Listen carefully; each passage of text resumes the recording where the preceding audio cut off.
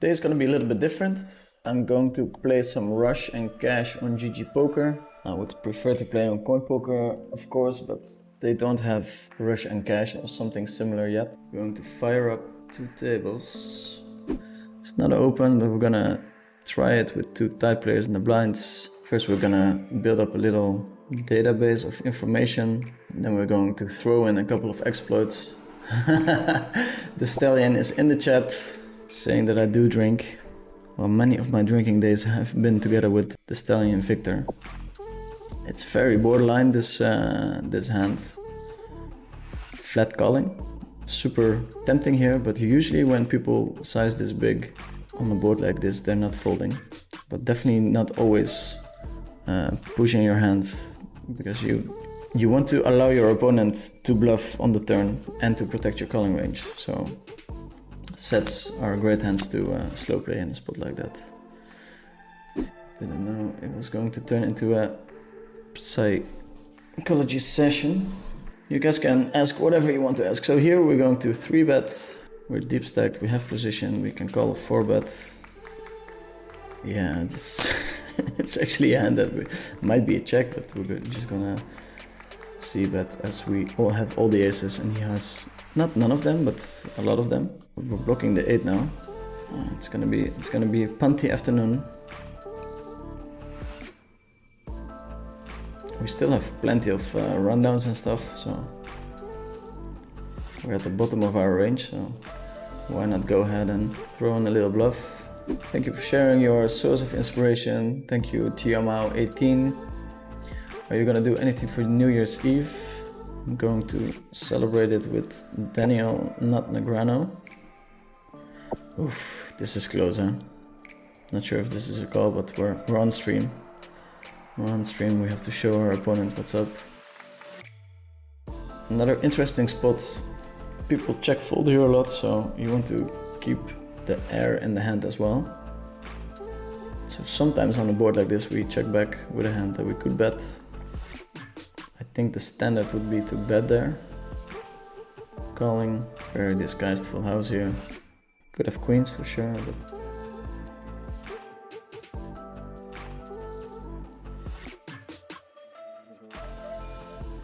very quick fold, so I think he just went for the bluff.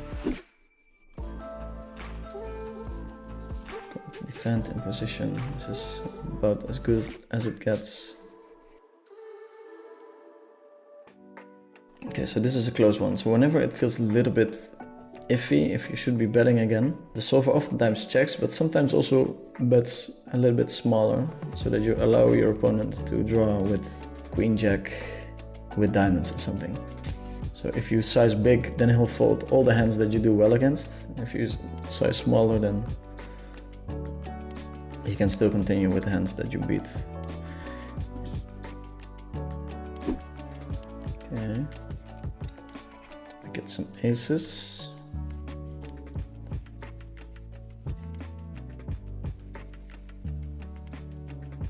We can do everything here actually. We can bet small, we can bet pot, we can...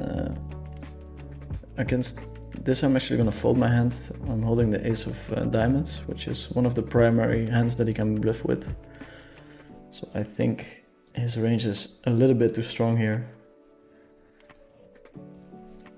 But it's very close for sure. Betting small allows you to fold every now and then. If you bet pot, folding is not an option anymore. But of course with a pot bet we put way more pressure on our opponent.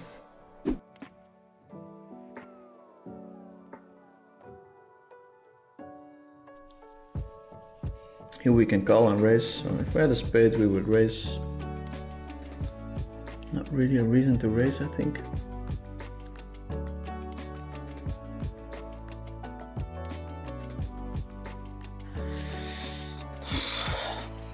How often will he show up with a bluff here? That's the question. Blocking the full house, we're blocking the flush. I'm going to call, but feels like he's gonna struggle a lot with showing up with a bluff. Well, great combination as well to start leading. Okay, I'll give him the creative player tag, so whenever a player is creative, you cannot fold your bluff catchers.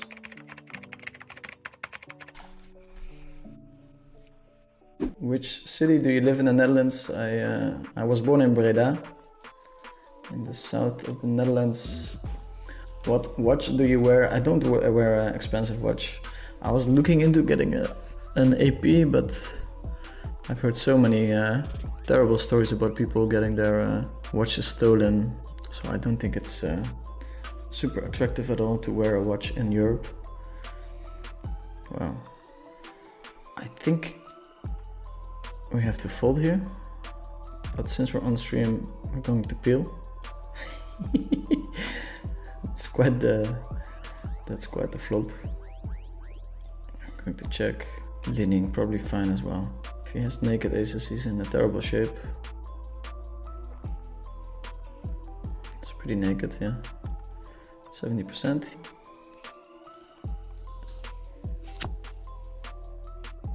Wow, king on the river. We haven't been running super good.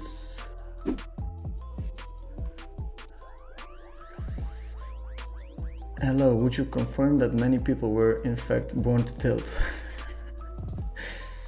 I can confirm this, yeah. We have an overcall in the big blind, which makes me think he's a thin player, which makes it more attractive to call there. We're going to lead on this board. Our opponent does not connect with that board at all.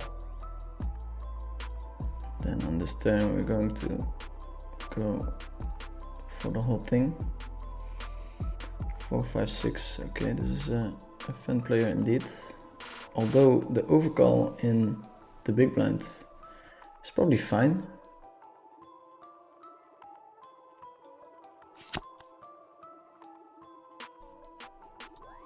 Okay, opening this hand against a small or tight opponent.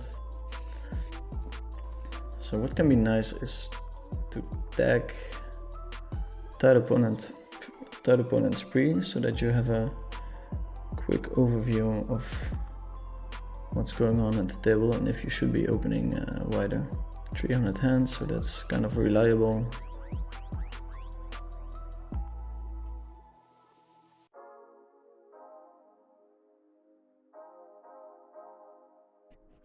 Slightly bigger here.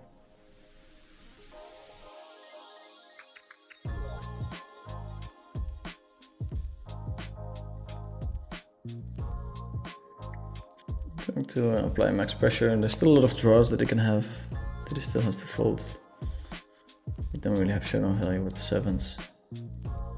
This was the guy who had a creative lead, so don't think he's over folding at all, but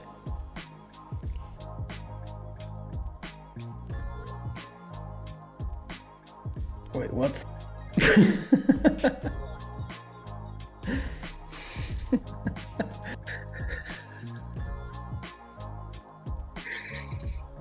Okay, yeah, value betting my sevens, of course. Oh, it's always nice when that happens. I have no idea why he made that call, but yeah, I mean, he had a good read on me, but I had sevens.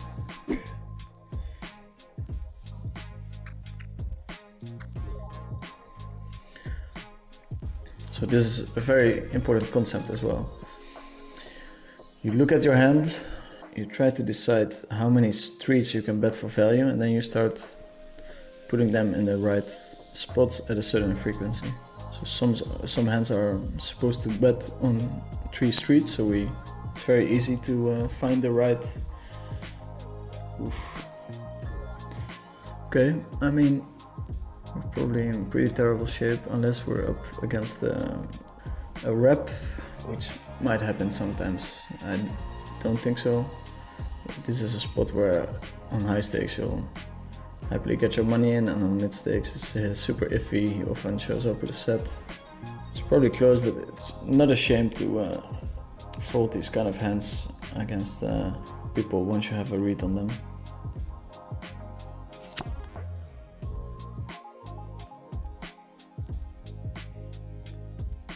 Like you're either flipping against a rep plus pair, or you're kind of dead. Okay, we're trying to the nets. We have cards that are probably not covered, so we're going to take a flop. Also this guy is overcalling again, so he's definitely worth his orange tag.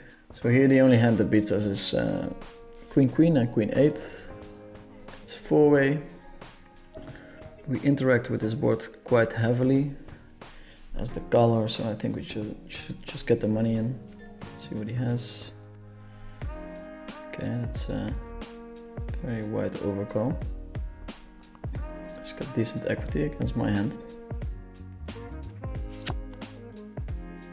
We get there in the river, starting to recognize this run.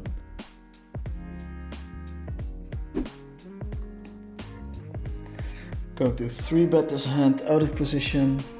I'm not sure. On two-tone we oftentimes size half pot, but I think we can pot bet this one. This is a very interesting turn. He has a jack quite often. So I think I'm gonna check call. Yeah. Not much else to do. And we allow him to bluff hands like these that would fold against the jam, but jamming definitely fine at a certain frequency. Unblock the draws that he can have so that he can have a hand that he can fold with. So whenever you're bluffing, if those qualities are true, it's a good bluff. And whether he calls or not is not super important. So you don't want to be too results oriented. Like sometimes you make a great bluff, but your opponent calls, and it's not necessarily a bad bluff, but it just happened to be that your opponent had a hand that he could call with. Okay, this is interesting. Here I can check back, I think. So the bluff is good it's good or bad, and then whatever your opponent does is not really interesting. It's so tough, this one.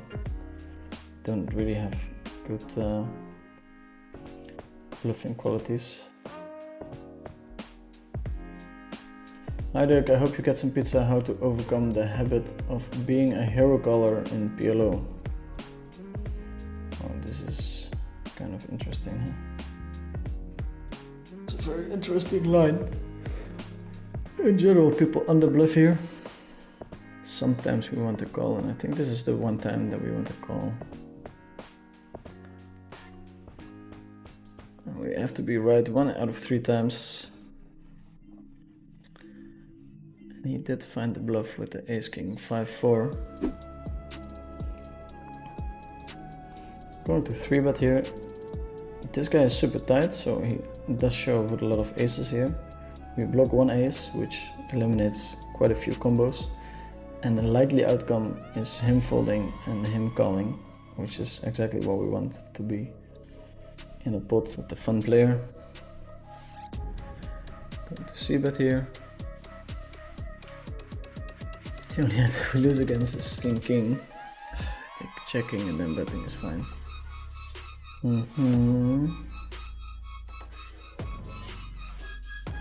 He should not have many full houses here.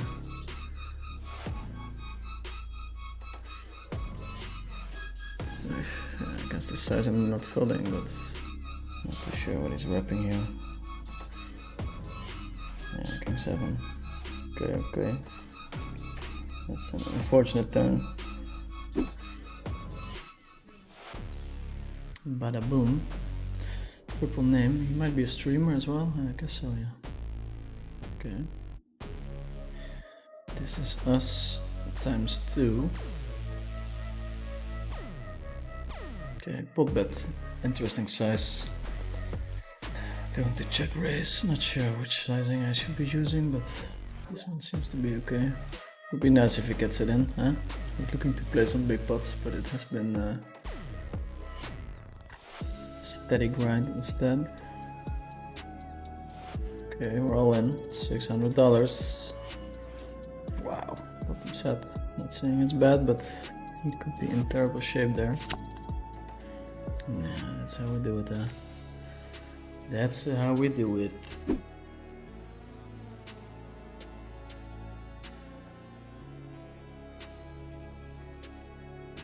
Ooh, very spicy. We'll get a shot at redemption.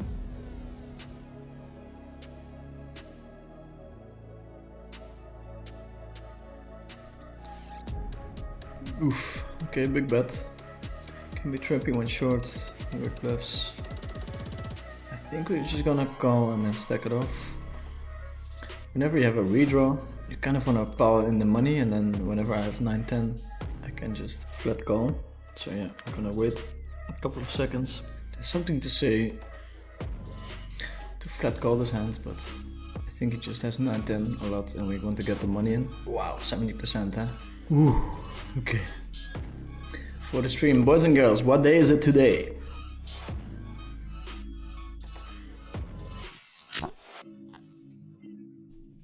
Oh, it's not my day. It's not my day. Yeah, it's fun when you play deep stacked. People can make mistakes that are very, very big. Okay, super undercover straight. I think most of the time we're betting, and sometimes we're check raising. 7-4. I mean, impossible that my opponent has 7-4 with a redraw.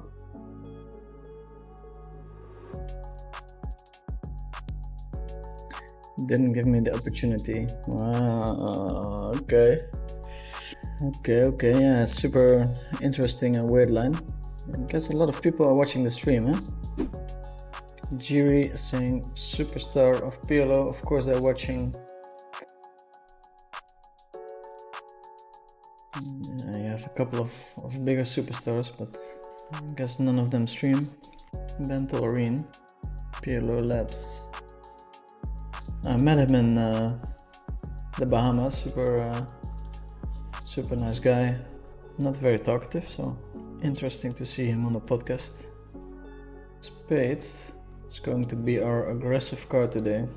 So we would do this with Queen 8, the nut flush, maybe, not sure. Guess most of the pool is not really used to seeing a lot of river aggression like this.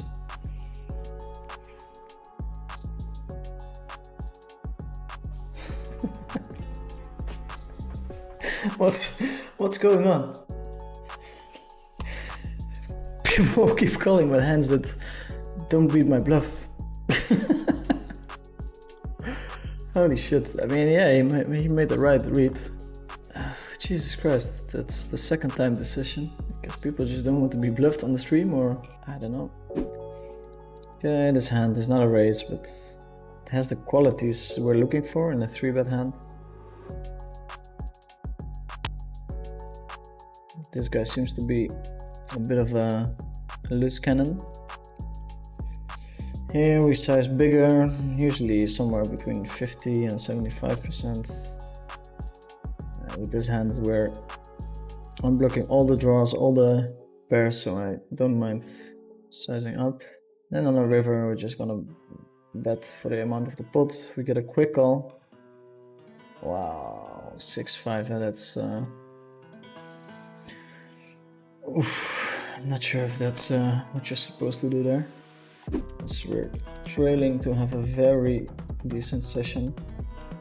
Such a weird feeling, like everything I touch turns into gold. It's been an incredible, phenomenal year. Wouldn't change anything about it. Let's see what happens in this pot.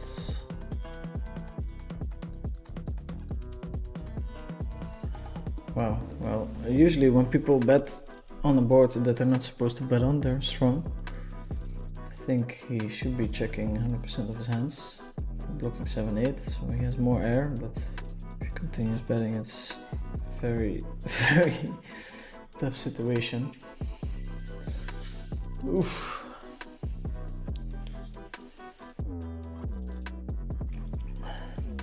Going to make a hero fold here.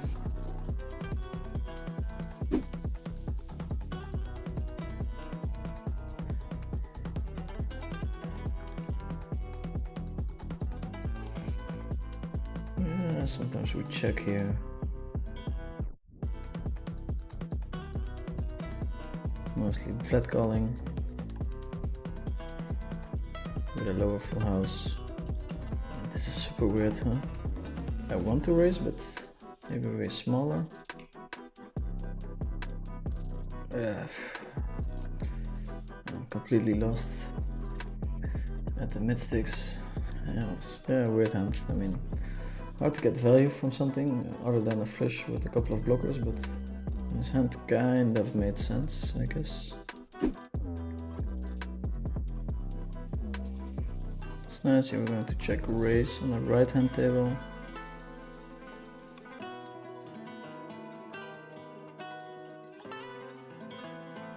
Quick follow up. Okay, pray for the fold with me, huh? Maybe he missed his hand. Oh, quick call with naked ace. That's crazy, huh? He had great equity against my hand, but I was gonna get a fold on a lot of rivers there. Can you explain the reasoning behind opening smaller at smaller stack sizes? Are you just trying to lose less when you get a 3-bet and have to fold? Opening smaller allows you to play more hands, so yes, that's kind of the logic. It's more tempting for other people to 3-bet you when you put more money in pre-flop. Let's see.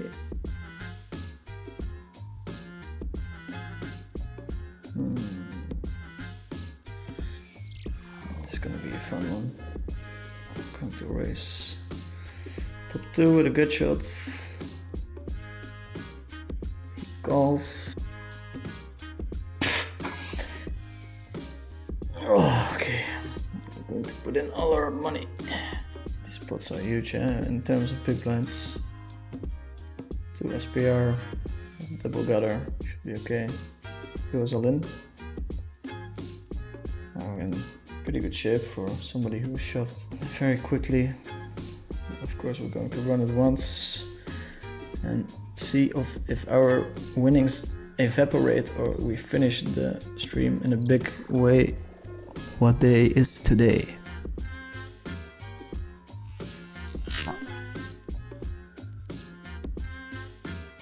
It's Friday. $1,800 pot. It's 9 buy-ins. I mean, obviously the dollar value is not crazy, but it's a very decent hand to win. Terrorizing the mid stakes. So tough to play out of position when you're very deep stacked. Gold rush continues. The only thing missing is a big tournament win in one of the high rollers, but I have a good feeling about it next year. Ooh.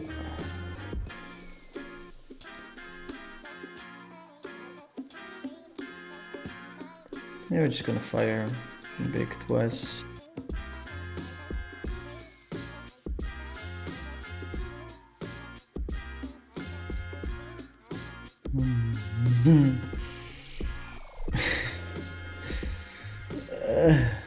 You could have the same hand, but obviously 8-9 is very prevalent in this range. You have to be so creative. Going to call, it's close. It's a close one. I don't think I should be folding there that often, but yeah. It's aces plus nut flush draw always and all in on the flop. I would think so, yes. Sounds pretty strong.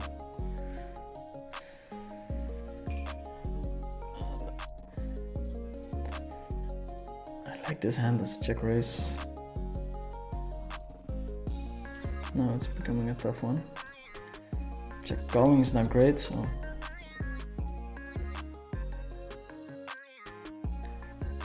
And now we're going to act like we still have a straight, bet it's small.